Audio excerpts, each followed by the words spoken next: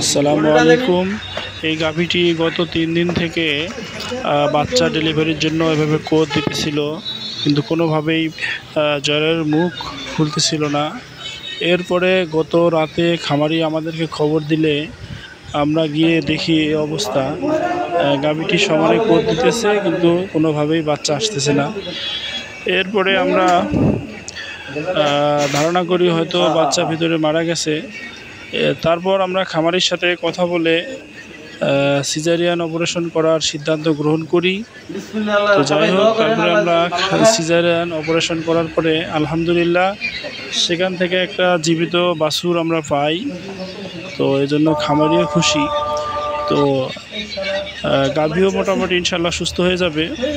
তো আমি খামারিদেরকে বলবো যে আপনাদের যদি এই পরিস্থিতি তৈরি হয় যে গাভীর বাচ্চা প্রসবের ব্যথা উঠে গেছে, একটা নির্দিষ্ট সময় পরও জরায়ুর মুখ খুলতেছে না, তাহলে এই অবস্থা হলে আপনারা দেরি না করে অতি দ্রুত একজন রেজিস্টার্ড ভেটেরিনারি ডাক্তারের শরণাপন্ন হবেন।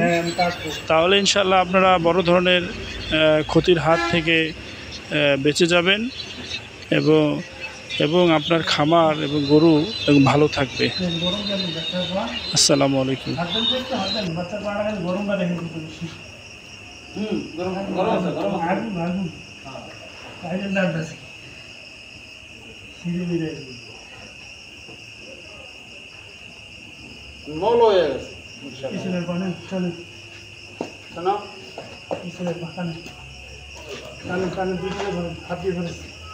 শাড়ির মতো গরম গাছের পানি দিন, গাছের গায়ে পানি দিন।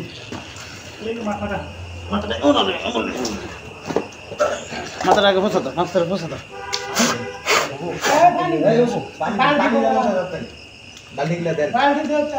নেকড়াও দিল না আরেকটা। আলহামদুলিল্লাহ সিজারিয়ান অপারেশন কমপ্লিট। এই যে পোলায় মোটামুটি ভালোই কাজ করলো। খালি পোলারে দিবেন, পোলার পাহাড়ে চলে দিবেন। বাপে তো খালি ভালোই পোলায় ভালোই হেল্প করছে। এই যে আলহামদুলিল্লাহ বাছুর অনেক কষ্ট হয়েছে, প্রচুর কষ্ট হয়েছে। ইনশাআল্লাহ আল্লাহর রহমত সাকসেসফুল।